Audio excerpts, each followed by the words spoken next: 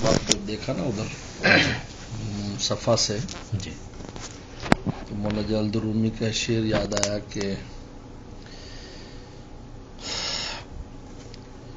کہ تجلی بر کعبہ ہر دم فزود، کعبہ پر جو تجلی ہے وہ ہر وقت بڑھتی رہتی ہے. این اخلاصات ابراہیم بود، حضرت ابراہیم السلام کے اخلاص کا اثر ہے کہ ہر لمحے تجلی بڑھتی رہتی، نور اس کا بڑھتا رہتا ہے. ہاں جی. اور اب جیسے اب لوگ بھی بہت آ رہے ہیں تو سب نور لے کے جاتے ہیں. تو میں سوچ رہا تھا صحیح کے دوران کے اور عجیب کہ حضرت ابراہیم صلی اللہ علیہ وسلم کو اس اخلاص کے معاملے میں اتنا بلند مرتبہ ان کو حاصل تھا کہ ان نسکی و صلاتی و محی و ممات اللہ رب العالمین، اور حنیف ان کو کہا گیا کہ وہ سب کو چھوڑ کر خدا کے ہو گئے. ان کے عمل قربانیاں سب. پھر بھی خانہ کعبہ تعمیر کر کے کہتے ہیں ربنا تقبل منا، اے ہمارا رب بتکلف قبول کر لے. قبولیت کے لائق تو نہیں ہے، بتکلف قبول کرے. مجھے رونا آ گیا کہ ہمارے اعمال میں تو کوئی جان ہی نہیں ہے اخلاص کا. یعنی یوں سمجھو کہ جیسے من پانی میں ڈراب سے ایک قطرہ دودھ ڈال دو، پھر تلاش کرو کہ وہ دودھ کہاں گیا. اتنا طبیعت پر اثر ہوا. پھر ایک ہی بات سمجھ میں آئی کہ اللہ تیرے فضل سے ہی قبول ہو سکتا ہے، تو اپنے فضل سے کر لے جیسا بھی ہے. جس طرح اس نے کہا تھا اس اللہ والے نے کہ انہیں کہا کہ تو آپ ذکر کرتے تو آواز آتی تیرا ذکر قبول نہیں. تو خادم نے کہا کہ جی آپ جب قبول ہی نہیں تو کیوں ذکر کرتے ہیں رات کو اٹھ کے.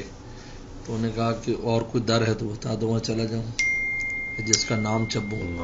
تو بس آواز ہے کہ قبولست گرچہ ہنر نیست، اگرچہ ہنر اور مہارت نہیں ہے اور کام کی چیز نہیں ہے ہماری، لیکن پھر بھی ہم قبول کرتے ہیں کہ جز ما پناہ دیگر نیست، کہ ہمارے علاوہ کوئی جائے پناہ نہیں.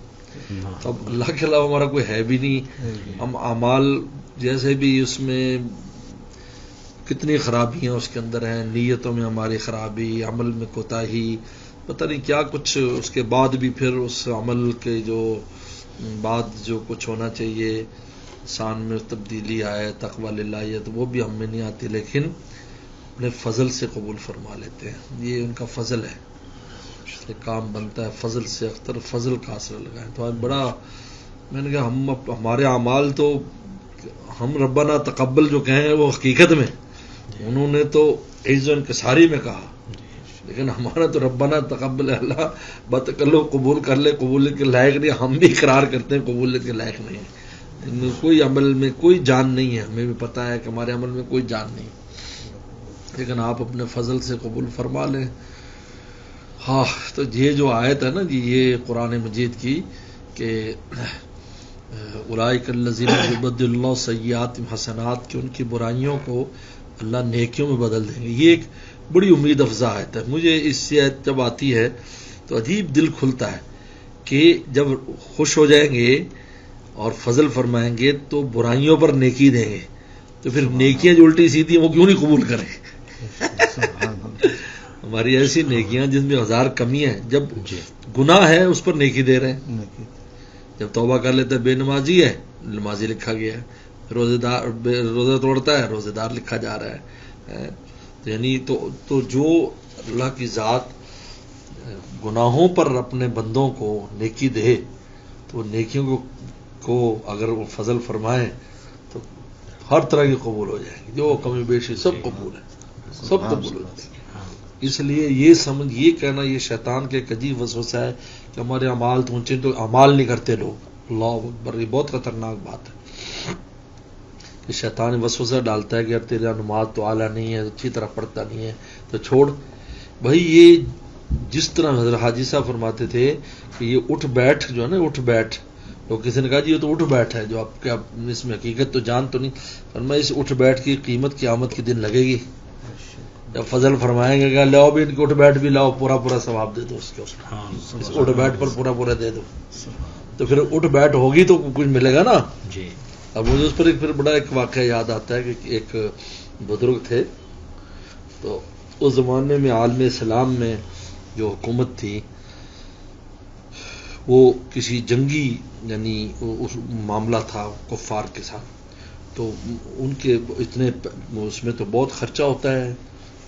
جنگ جو ہوتی ہے وہ کسی ہر زمانے میں جنگ میں بہت زیادہ اخراجات ہوتے ہیں. اس لیے تبوک کی جنگ کے لیے رسول اللہ نے خود چندہ فرمایا اور بار بار اس کی ترغیب دی کہ وہ جنگ کے لیے جانا ہے اور اس کے لیے ہتھیار بھی چاہیے، گھوڑے چاہیے. تو وہ ان کو وہ بہت پریشان تھا بادشاہ وقت. تو ایک بزرگ اس زمانے میں ہوتے تھے، تو انہوں نے اس بزرگ سے ان کی تلاش میں وہ بادشاہ کے ان سے کوئی دعا کرائے، کچھ کرے. وہ چھپے رہتے تھے، چھپ گئے. وہ بزرگ کسی گھر میں گئے اور اس گھر والے نے اس کی بہت زیادہ خدمت کی اور وہ کیا یہ وہ. تو اس نے اس سے کہا کہ یار تم ایسے کرو، تانبے کے برتن جمع کرو اور پورے محلے سے جمع کرو، پورے محلے جمع کرو اور یہ یہاں رکھ دو. او ڈھیر لگا دیا، بہت بڑا کمرے میں ڈھیر لگا دیا. اچھا ان کو کیمیا کا عمل آتا تھا، انہوں نے جو عمل کیا کیمیا کیا تو سارے تانبے سونا بن گئے. اور انہوں نے اس کو لاک کر دیا اور ایک خط لکھ کر دیا بادشاہ کو، اور یہ کہا کہ یہ جو آدمی اس نے میری بڑی خدمت کی، انہوں نے بچیوں کی شادیاں کرنی اور بیچارہ بہت غریب تھا، اس سے سمجھ نہیں آتی میں کیسے کروں، پیسہ نہیں ہے اور محلہ بھی ایسے غربا کا ہی تھا. تو انہوں نے کہا تو جب بادشاہ یہاں آئے گا تو اس کو کہنا یہ سارے کا سارا آپ کے لیے ہے، بیت المال کے لیے جو اس وقت جنگی معاملات اس کے لیے، اور وہ پھر بادشاہ تمہیں خود ہی سنبھال لے گا. وہ خط پہنچا بادشاہ تو بھاگ آواز ہے، وہ تو ان کی تلاش میں تھے. جب وہاں پہنچے تو انہوں نے کہا جی وہ تو چلے گئے یہاں سے. وہ کہتے میں دعا کرتا ہوں، سلام بھیجا ہے. اور یہ جب دیکھا تو وہ سونے کا کمرہ بھرا ہوا ہے، سینکڑوں من یعنی وہ برتن ہو گئے. پیتل کا برتن ویسے ہی بھاری ہوتا ہے. تو جناب بادشاہ وہ تو لے گیا اور سب کو نوازا. بادشاہ نے سب کو نوازا، اس جس کے گھر میں رہتے تو اس کو خوب دیا، محلے والوں کو دیا، یعنی پورے محلے جناب ماشاءاللہ سب بزرگ کو دعاتے بادشاہ کو دعا. تو میں یہ واقعہ جب میں کبھی سوچتا ہوں کہ اگر برتن نہ ہوتے تو کیمیا کیسے بنتا. برتن نہ ہوتے، ہماری ٹوٹی پھوٹی عبادات اگر اللہ کے ہاں اللہ جب اپنی نگاہ کرم سے اور نگاہ کیمیا سے جب ان کو قبولیت کے درجات پر لے جائیں گے تو عمل تو ہونا چاہیے نا. لوگ کہتے ہیں جی اس وجہ سے وہم ڈال کے عمل، اس لیے انسان کو کرتا رہنا چاہیے، جیسا بھی عمل ہے کرتا رہے. یہ نہ دیکھے کہ اس میں کوئی کیفیت، کیونکہ قبول ہو گیا بس نگاہ پڑی اور بس وہ پورا ملے گا. کیونکہ ان کی شان ایسی ہے، وہ جب دیتے ہیں تو پورا دیتے، ناقص نہیں دیتے. ان کی شان ہے. سخی جو ہوتا ہے نا، سخی وہ کبھی ناقص نہیں کرتا، ناقص چیز نہیں دیتا. جیسے عبداللہ ابن عباس کے بارے میں سفر فرما رہے تھے تو ایک جگہ پر جو ہے وہ رستے میں انہیں بھوک لگی نہیں تھا، اپنا نظام ختم ہو گیا تھا زادرہ، تو اپنے غلام کو بھیجا. تو حضرت چونکہ بصرہ میں آئے ہوئے تھے، عرصہ یہاں بھی رہے حضرت عبداللہ ابن عباس، ویسے تو طائف میں مدفون ہے. تو وہ انہوں نے کہا کہ بھائی آپ جو ہے، تو ایک بڑھیا تھی، تو انہوں نے کہا جی مہمان ہیں اور میں غلام ہوں، میرا آقا ہے، تب سے ان کا تعارف نہ کرانا. تو انہوں نے کہا کہ جی وہ روٹی چاہیے. تو انہوں نے کہا ایک ہی روٹی میرے پاس ہے صرف، میں نے اپنے بچے کے لیے رکھی ہے. تو انہوں نے عبداللہ نے عباس سے جا کر کہا رضی اللہ عنہما سے، انہوں نے کہا اس سے کہو کہ آدھی دے دے، آدھی وہ بچے کے لیے رکھ لے. تو جب دوبارہ گیا ان کا نہیں، یہ آدھی دینا جو ہے یہ شان سخاوت کے خلاف ہے، پوری لے جاؤ. تو جب وہ لے گئے تو حضرت ابن عباس نے نوکر سے پوچھا غلام سے کہ کتنے پیسے ہیں. انہوں نے کہا 500 درہم ہے تھیلی میں. کہا جا پوری دے آئے اس کو. اصل تو روٹی کا مسئلہ تھا نا. انہوں نے کہا جی حضرت تو 2 درہم بھی دو گی تو خوش ہو جائے گی. فرمایا کہ دیکھو یہ شان سخاوت کے خلاف، اس نے پوری دی، ہم بھی پوری دیں گے. تو جن پر اللہ تعالیٰ شان سخاوت کھولتے ہیں ان کا حال یہ ہے، تو خود اس رب تعالیٰ کا حال کیا ہوگا نوازنے میں. جو اجود جو فرمایا کہ جواد، جن فرمایا جواد کریم، جواد بھی ہیں کریم بھی. جواد ہے کہ ہر ایک کو اس کی ضرورت کی چیز دے دیتے ہیں. طالب علم کو علم چاہیے، اس کو علم دے رہے ہیں. کوئی ہنر سیکھ رہا ہے اس کو ہنر سکھا رہے ہیں، تجارت کر رہا ہے تجارت چلا رہے ہیں، کوئی بیمار دوا لے رہا ہے اس کو صحت دے رہے ہیں۔ جواد وہ ہوتا ہے، سخی تو صرف پیسہ دیتا ہے، جواد وہ کہ اعطاء ما ینبغی لمن ینبغی، کہ جس کو جس شے کی ضرورت ہے اس کو عطا کرے۔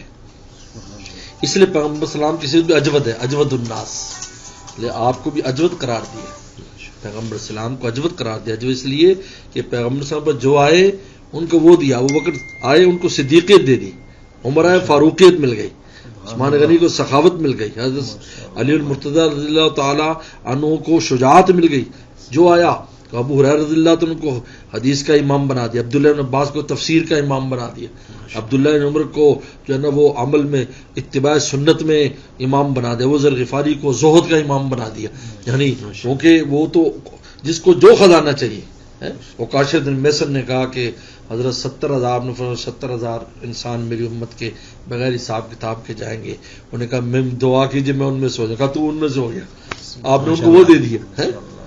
ام حرام بنت ملحان، آپ رسول اللہ صلی اللہ علیہ وسلم کے گھر میں یہ وسلم کی رضائی خالہ ہے، اور یہ ابو حضرت انس بن مالک رضی اللہ عنہ کی جو ہے نا وہ ہیں ان کے انس ان کی بھی خالہ ہے، انس مالک کی بھی خالہ ہے اور رضائی خالہ ہیں حضور صلی اللہ علیہ وسلم کی، جن کے گھر میں آئے تو سو رہے تھے تو اٹھ کر بیٹھ گئے، انہوں نے فرمایا کہ کیا؟ کہا میں نے خواب میں دیکھا ہے کہ میری امت جو ہے وہ کشتی پر بیٹھ کر جہاد کے لیے جا رہی ہے، کہ دعا کر میں ان میں سوچا کہ تو ہو گئی، وہ جہاد میں گئی تو قبرص کے وہاں جب اتری تو وہاں پر شہید ہو گئی، گری گھوڑے سے، تو وہیں دفن کر دیا ان کو، تو ام حرام بھی ان کو یہ دے دیا۔ حضرت انس بن مالک رضی اللہ تعالیٰ عنہ کی والدہ نے کہا ان کو دعا دے دو، اس کی عمر لمبی ہو، اس کی اولاد زیادہ ہو، اس کے مال میں برکت ہو، اس کی مغفرت ہو۔ آپ نے اسی وقت دعا دے دی۔ اب ان کے مال میں برکت ایسی کہ 2 بار پھل آتے تھے ان کے باغ میں کھجوروں کے، اور عمر 120 سال کے قریب تقریباً عمر پائی، اور اولاد فرماتے تھے کہ 83 میرے پوتے نواسے فوت ہو چکے جو زندہ ہے مجھے پتہ نہیں وہ کتنے ہیں، اور فرمایا چوتھی دعا کا نظارہ مرنے کے بعد کریں گے مغفرت کا۔ تو وہ شان ہے، تو اللہ جواد، اور وہی شان وسلم اجود الناس، لوگوں سب زیادہ سخی ہوتے تھے، یعنی جس کو جس شے کی ضرورت ہے اس کو وہ عطا کر دیا۔ تو اس لیے اللہ تعالیٰ سے کبھی بھی نا امید انسان کو نہیں ہونا چاہیے، پیوستہ رہ شجر سے امید بہار رکھ، یعنی اللہ اللہ کرتے رہو، اور وقت کا وہ دیکھو بھی کس وقت ہم پر یہ کھل جائے گا۔ اللہ عمل کی توفیق عطا فرمائے، اللہ قبول فرمائے، اللہ قبول فرمائے، صبر کو آمین یا رب العالمین۔